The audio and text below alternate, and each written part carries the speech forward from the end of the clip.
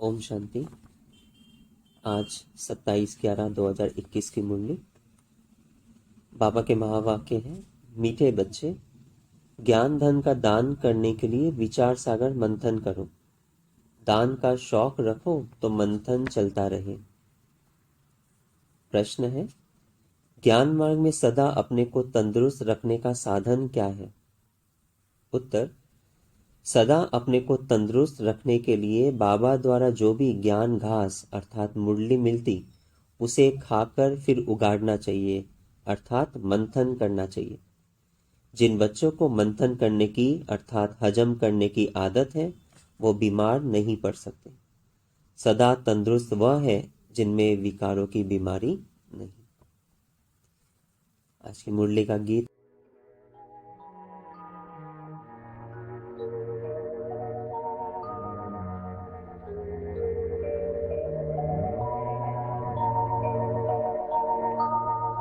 तू प्यार का सागर है, तू प्यार का सागर है। तेरी एक बूंद के प्यासे हम, तेरी एक बूंद के प्यासे हम। लौटा जो दिया तूने, लौटा जो दिया तूने।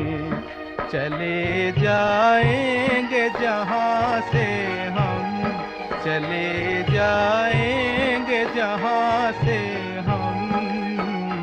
तू प्यार का सागर है, तू प्यार का सागर है।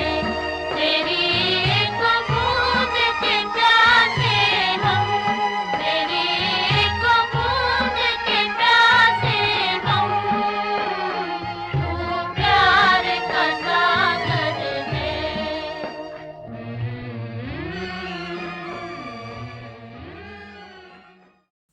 ओम शांति। बाबा ने आज मुरली में विशेष कहा कि कोई भी मनुष्य के मत से किसी का भी कल्याण इस संसार में हुआ नहीं है। वास्तविकता में सर्व का कल्याणकारी एक ईश्वरी है। फिर बाबा ने कहा कि बच्चों को हमारी आदत होनी चाहिए, जो पॉइंट्स हम सुनते हैं उसका विचार सागर मंथन करने का। जैसे जानवरों को भी थोड़ी अकल होती है, वो जब खाती है, गऊ जब घास खाती तो वो उगाड़ती है और उगाड़ना ही परिचायक है कि वो तंदुरुस्त है। वैसे ही हम बच्चे जब बाबा की ज्ञान मुरली सुनते हैं तो उस मुरली के पॉइंट्स हमारे विचार सागर में होना चाहिए, हमारा मंथन होना चाहिए उन पर। उसी से सिद्ध होता है कि हम तंदुरुस्त हैं। और जो विचार सागर मंथन करता है उसको दान करने का भी शौक होता है। और बाबा ने आज विशेष मुरली में कहा कि हमारे द्वारा अगर किसी को भी एक बूंद भी अगर ज्ञान की मिलती है और उनको बाबा का परिचय मिलता है तो उनका सबसे बड़ा कल्याण हो जाता। उसको भगवान का परिचय मिलने से वो स्वर्ग में आ सकते हैं। तो इतनी बड़ी वैल्यू है भगवान के ज्ञान और इस मुरली के पॉइंट्स की। दूसरी बात कि जितना हमारे पास ज्ञान का धन होगा उतना हमारे खुशी का पारा भी चढ़ेगा।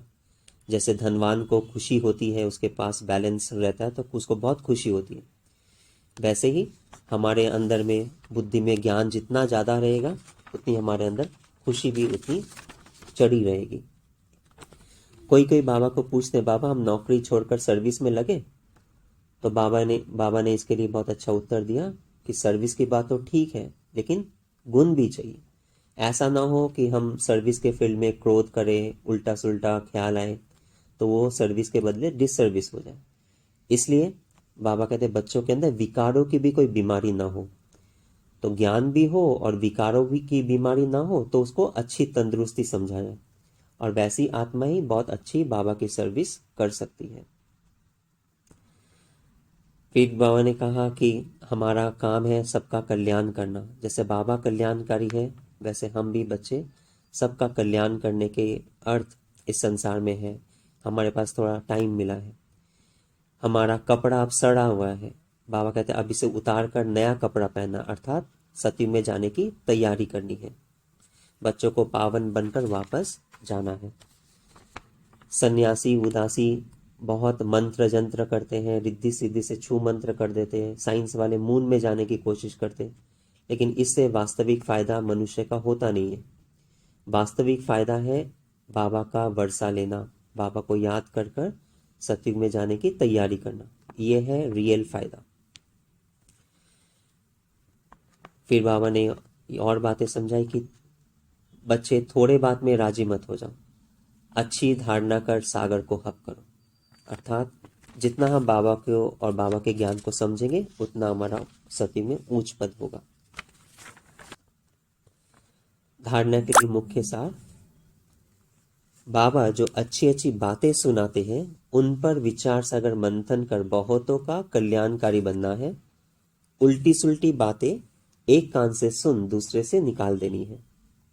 दूसरी पॉइंट, कोई भी आसुरी स्वभाव है तो उसे छोड़ना है। बाबा जो ज्ञान घास खिलाते उसे उगाड़ते रहना है। आज का मुरली का वरदान है, सदा अपने पवित्र स्वरूप में स्थित रहे, गुण रूपी मोती चुगने वाले होली हंस भव। विस्तार, आप होली हंसों का स्वरूप है पवित्र और कर्तव्य है सदैव गुणों रूपी मोती चुगना। अवगुण रूपी कंकड़ कभी भी बुद्धि में स्वीकार न हो, लेकिन इस कर्तव्य को पालन करने के लिए सदैव एक आज्ञा याद रहे कि न बुरा सोचना है, न बुरा सुनना है, न बुरा देखना है, न बुरा बोलना है। जो इस आज्ञा को सदा स्मृति में रखते हैं वो सदा सागर के किनारे पर रहते हैं। हंसों का ठिकाना है ही सागर। आज का स्लोगन है, चलते फिरते फरिश्ता स्वरूप में रहना, यही ब्रह्मा बाप की दिल पसंद गिफ्ट है। अच्छा, ओम शांति।